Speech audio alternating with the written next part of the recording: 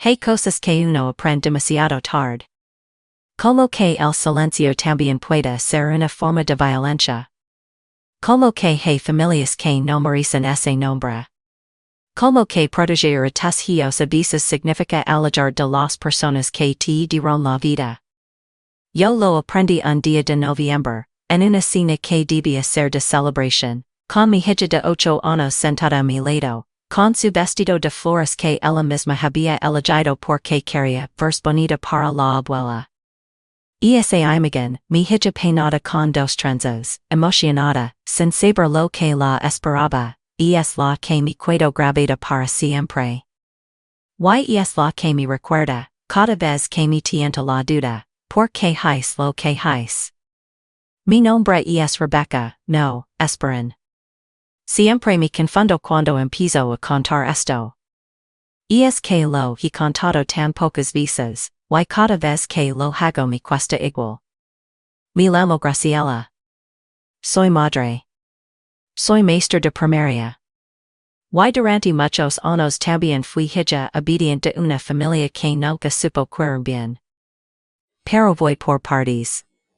Me casé con Silvano cuando tenía 27 años. Él tenía 30. Nos conocimos en una conferencia de educación en Guadalajara, yo dando un taller, él escuchando desde la tercera fila con una libreta en la mano y cara de que tomaba apuntes de verdad. Después del evento me buscó para preguntarme sobre metodologías de aprendizaje y terminamos hablando hasta las 11 de la noche en una cafetería cerca del hotel. Así empezó todo. Silvano era ingeniero civil, calado, de esos hombres que piensan antes de hablar. Venía de Zacatecas, de una familia de clase media trabajadora, con una mamá que hacía tamales los domingos y un papá que te preguntaba cómo estabas y de verdad esperaba la respuesta. La primera vez que fui a su casa me recibieron con un caldo de res y una conversación que duró 4 horas. Salí pensando, así debe ser una familia. La mía era distinta. Mis padres, don Prospero y dona Elvira, vivían en Puebla, en la misma casa donde yo había crecido, la misma que olía a naftalina y expectativas no cumplidas. Papá era contador retirado, serios, de pocas palabras. Mamá era la que hablaba por los dos, y por los cuatro, y por toda la cuadra si era necesario. Era de esas mujeres que convierten cada conversación en un inventario de tasfalas. Que te preguntan cómo estás solo para tener material con que criticarte después. Tengo 2 hermanos. Edmundo, el mayor, que siempre fue el favorito porque era hombre y porque tenía carácter para discutirle a mi madre, cosa que yo nunca aprendí a hacer. Y Lupita, 3 años menor que yo, que aprendió muy temprano que la única forma de sobrevivir en esa casa era dar la razón a mamá en todo, absolutamente en todo, aunque mamá dijera que el cielo era verde. Yo era la del medio. La que se esforzaba mucho pero nunca terminaba de cuadrar, según dona Elvira. La que sacaba news en lugar de dix. La que se casó bien pero con un hombre que no era de aquí. La que vivía lejos. La que lamaba poco. La que siempre tenía algo mal. Cuando Silvano y yo nos casamos, mi madre lloró en la boda. Cree que era de emoción. Años después entendí que era de decepción porque la ceremonia fue en Zacatecas y no en Puebla, y porque el vestido que yo elegí no era el que ella hubiera elegido. Y porque en el brindis su copa estaba menos lina que la de la suegra. Así era ella. Todo lo conversa en agravio. Los primeros años de matrimonio fueron los más felices de mi vida adulta. Silvano y yo vivíamos en la Ciudad de México, en un departamento pequeño en Coyoacán que llenamos de libros y plantas y música los fines de semana. Teníamos poco dinero pero mucha paz. Y yo no sabía entonces lo valioso que era eso. Nuestra hija Azelia nació cuando yo tenía 31 años. Fue un parto difícil, 3 días de trabajo de labor y al final cesárea de emergencia. Silvano no esse movio del hospital. Mi suegro volo desde Zacatecas y luego al cuarto con un termo de caldo y los ojos rojos de haber logrado en el avión de la emoción. Mi madre luego 2 días después, miró a la niña, dijo está muy flaca y preguntó si yo ya le había dicho al médico que en mi familia había antecedentes de tiroides. Eso fue lo primero que dijo. No, que bonita. No, felicidades. No, ¿cómo estás tú? Está muy flaca. Silvano me apretó la mano cuando vio mi cara. No dije nada. Así aprendí a hacer, no decir nada. Azelia creció sana, curiosa, con una risa que llenaba los cuartos. Desde chiquita fue de esas niñas que así hacen amigas de todos, que le hablan a los árboles, que preguntan por qué el cielo es azul y no se conforman con la primera respuesta. Era, y sigo siendo, lo mejor que me ha pasado. Silvano murió cuando Azelia tenía 5 años. Un infarto. Rápido, sin aviso. Estaba jugando fútbol con unos amigos un sábado por la mañana y se desplomó en la cancha. Para cuando llegó la ambulancia ya no había nada que hacer. Tenía 38 años. No voy a hablar mucho de ese tiempo porque todavía me cuesta. Solo voy a decir que fue el periodo más oscuro de mi vida y que sobreviví principalmente por Azelia, porque ella me necesitaba, porque no me podía dar el lujo de cuidarme como lorando aunque eso era lo único que mi cuerpo pedía. La familia de Silvano fue un sostén enorme. Su mamá, dona refugio, venía a la Ciudad de México un fin de semana si uno no para ayudarme con Azelia. Su hermana Teodora me acompañó a todos los trámites del seguro, del banco, del trabajo del. Me dicen, eres parte de esta familia, eso no cambia. Mi familia hizo lo que siempre hacía, hacer todo sobre ellos. Mi madre llamó 3 veces la primera semana. En la primera llamada Laura y dijo que ella tenía muy mal corazón y que estas noticias le hacían daño. En la segunda llamada preguntó si Silvano había dejado dinero y si yo había poder sostenerme sola. En la tercera llamada sugirió que quizá era momento de regresar a Puebla porque una viuda con una niña chica no puede vivir sola en la Ciudad de México. Yo le dije que no había regresar a Puebla. Que tenía mi trabajo, mi departamento, mis amigas, la familia de Silvano cerca. Ella dijo que yo siempre había sido muy nicha. Y eso fue todo el duelo que me ofreció mi madre. Los siguientes 3 años lo sac adelante sola. Pedí aumento en la escuela, conseguí clases particulares en las tardes, reorganicé mis gastos. Azelia estaba en segundo de primaria, feliz, adaptada, con su mochila de jirafas y su mejor amiga llamada Piedad con quien platicaba de todo. Yo dormía poco pero dormía tranquila. Hubo también algo más. La empresa de Silvano tenía una póliza de seguro de vida. No era una fortuna, pero sí era una cantidad significativa que luego unos meses después de su muerte, después de mucho papeleo y muchas esperas. Ese dinero lo guard. No lo toque. Lo puse en una cuenta de inversión pensando en la Universidad de Azelia, en el futuro, en tener algo sólido bajo los pies después de tanto tiempo sintiéndome en el aire. No así lo conté a nadie de mi familia. Debí haberme cuidado con ese instinto. En algún momento, no sé bien cuándo, no sé bien cómo, la información llegó a oídos de mi madre. Hasta hoy no sé si fue porque alguien de la familia de Silvano dijo algo sin mala intención, o si fue porque mi hermano Edmundo, que trabajaba en servicios financieros, hizo alguna búsqueda que no debía. Lo que sé es que un día mi madre me llamó y en medio de la conversación dijo, como de pasada, hoy, y lo del seguro de Silvano, ¿ya lo resolviste? Sentí un frío en el estómago. Le dije que sí, que ya estaba todo resuelto, y cambié el tema. Pero algo en mi ese tenso ese día y no ese volvió a flojar.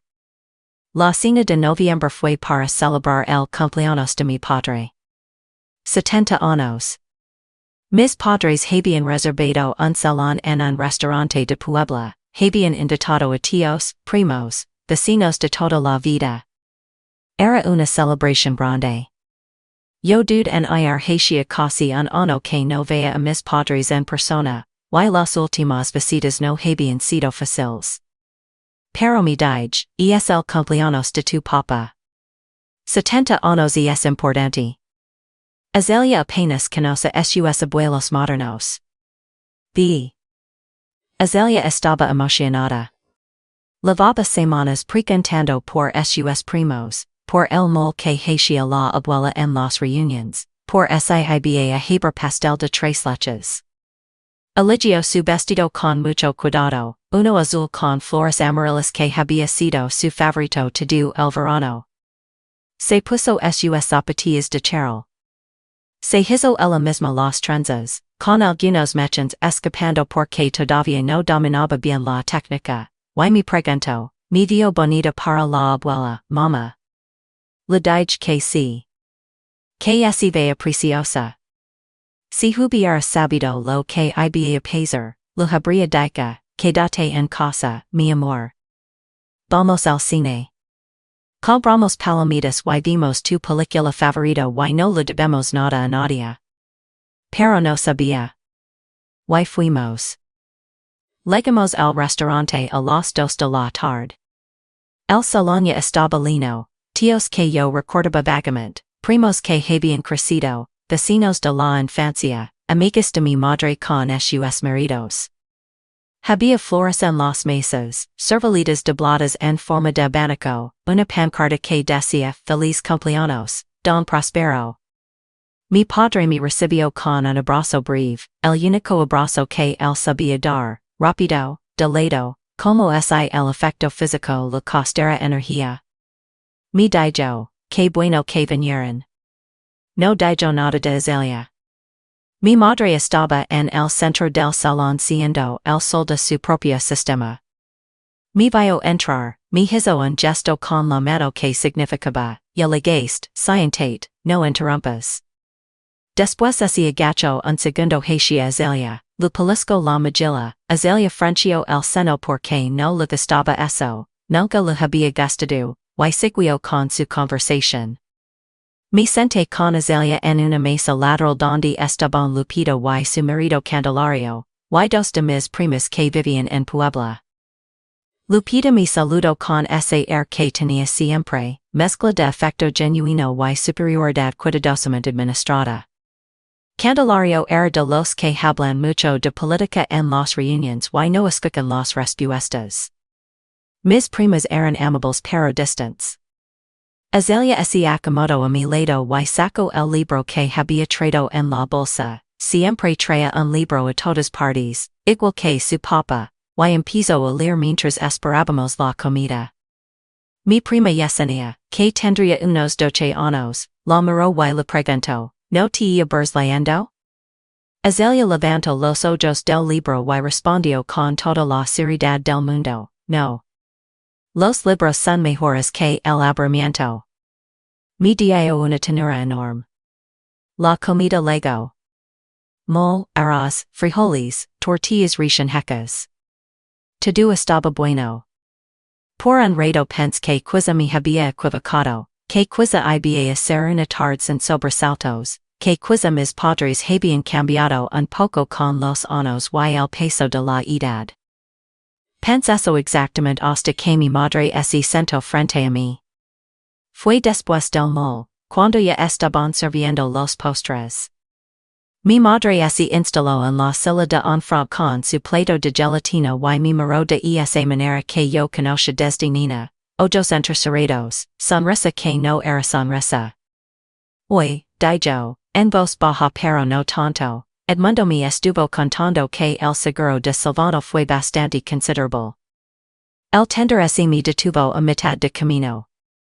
Ah sí, dije. Sí. Y la verdad, Graciela, me parece que podrías haber dicho algo. Tu Papa tiendes del local que rento el ano pasado. Edmundo también está con el agua al cuello desde que cambio de trabajo. Somos tu familia. Lo digo así. Sin rodeos. Sin vergüenza. Como si fuera lo más natural del mundo. Mayra Azelia. Estaba comiendo su gelatina con concentración, aparentemente ayana a la conversación. Pero yo sabía que ella escuchaba todo. Siempre escuchaba todo. Mamá, dije despacio, ese dinero es para la educación de Azelia. Es lo que Silvano dijo para su hija. Ay, para la educación. Mi madre agitó la mano. La educación pública es gratis. No me digas que necesitas todo ese dinero para una niña que va a la primaria. Tu papa y tu hermano te necesitan ahora. La familia es ayuda. Me cuid sin palabras. No porque no tuviera que dejar, sino porque tenía demasiado y no sabía por dónde empezar. Lupita, que estaba escuchando desde su silla, intervino en voz baja, Mamá tiene razón, Graciela. La familia es primero. Candelario asencio como si alguien le hubiera preguntado su opinión. Respire hondo.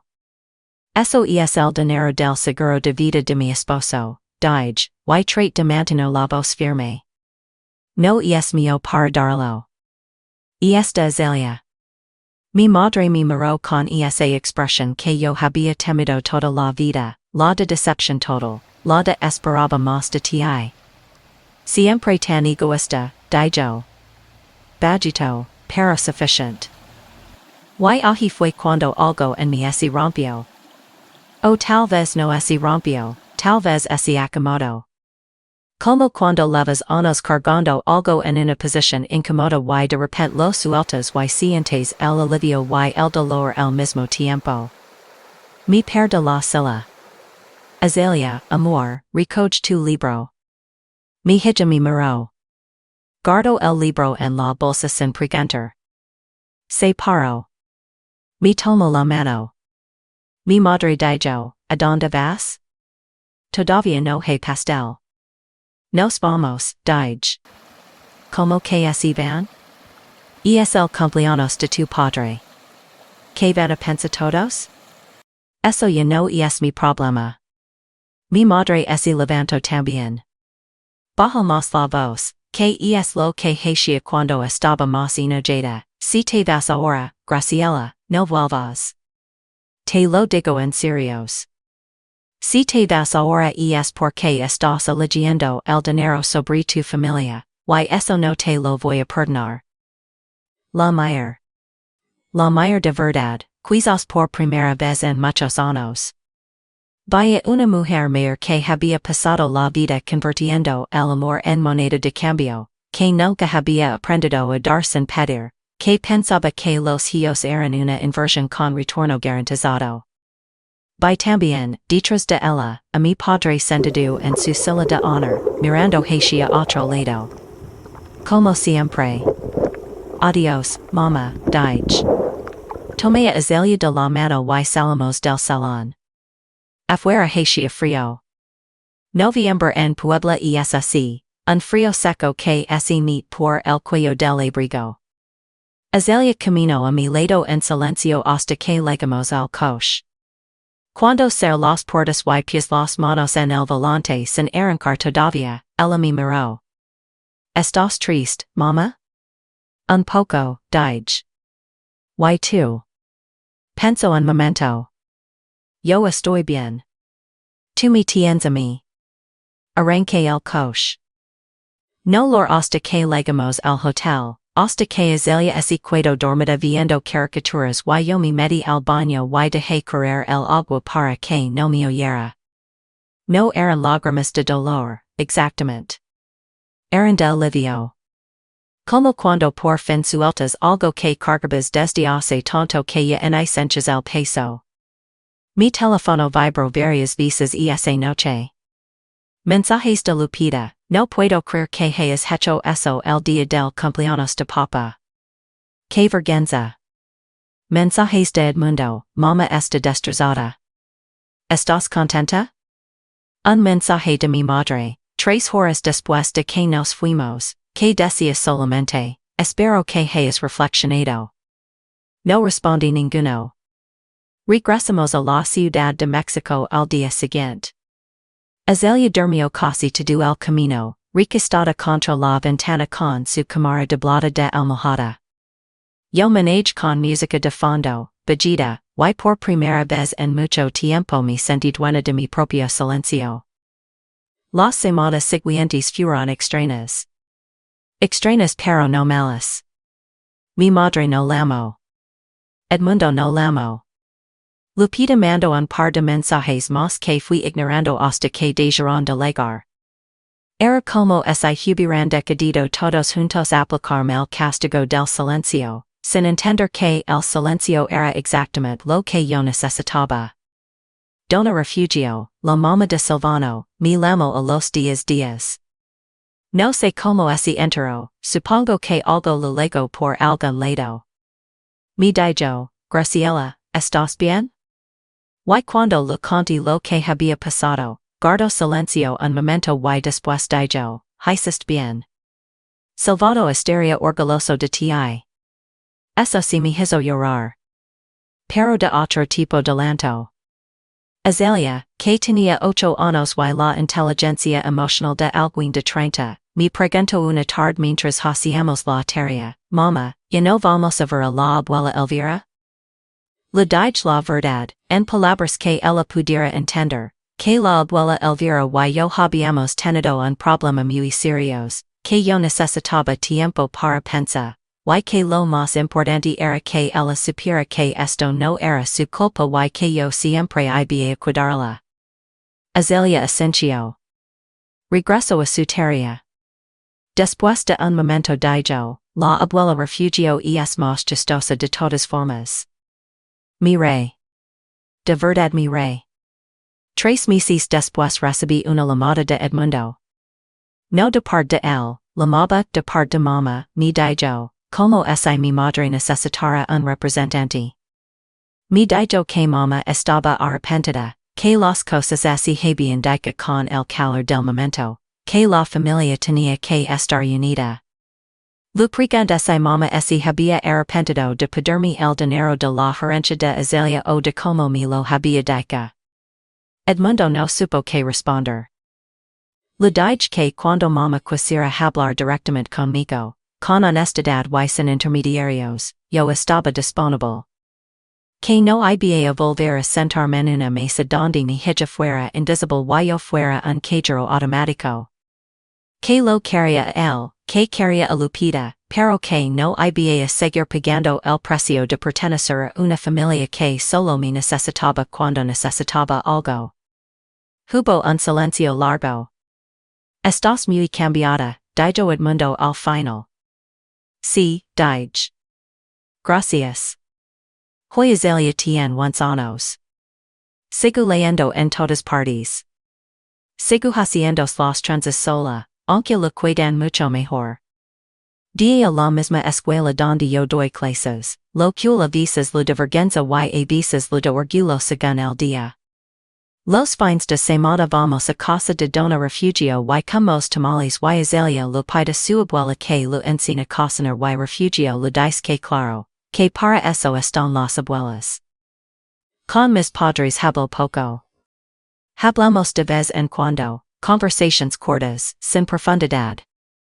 Mi madre aprendió a no tocar ciertos temas, o quizá simplemente se cansó.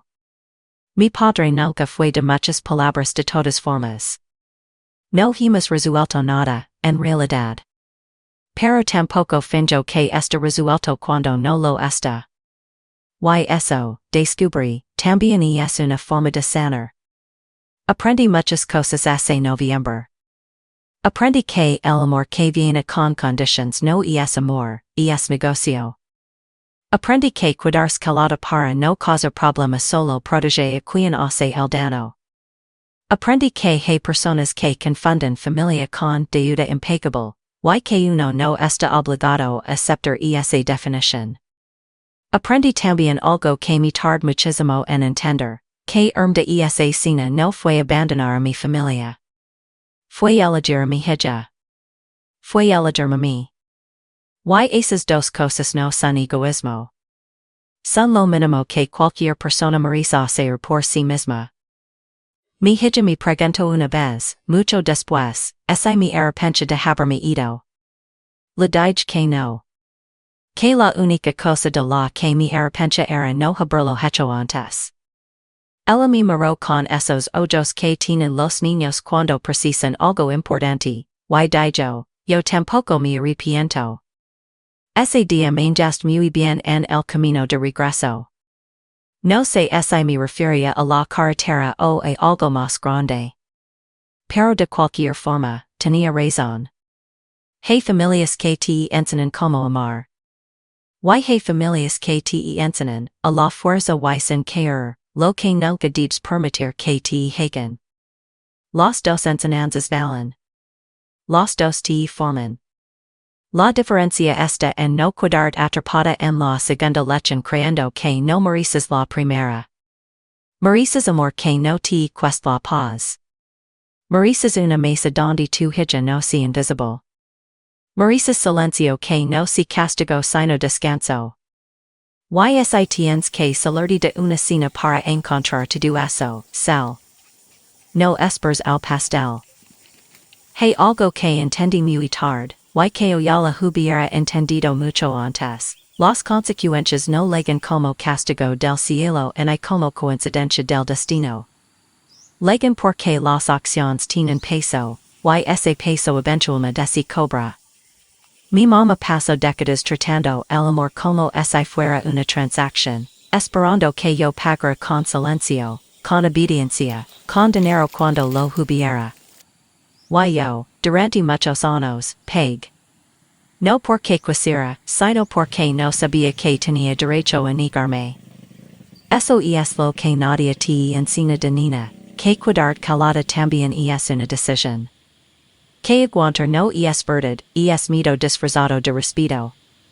Yo confundí las dos cosas durante demasiado tiempo. Lo que pasó en esa cena de noviembre no fue un accidente. Fue el resultado lógico de años de una dinámica donde yo cedía y ellos avanzaban. Cada vez que no dije nada, les enseñé que podían pedir más. Cada vez que me traigan comentario hiriente, les confirm que mis límites no existen. La causa fue larga.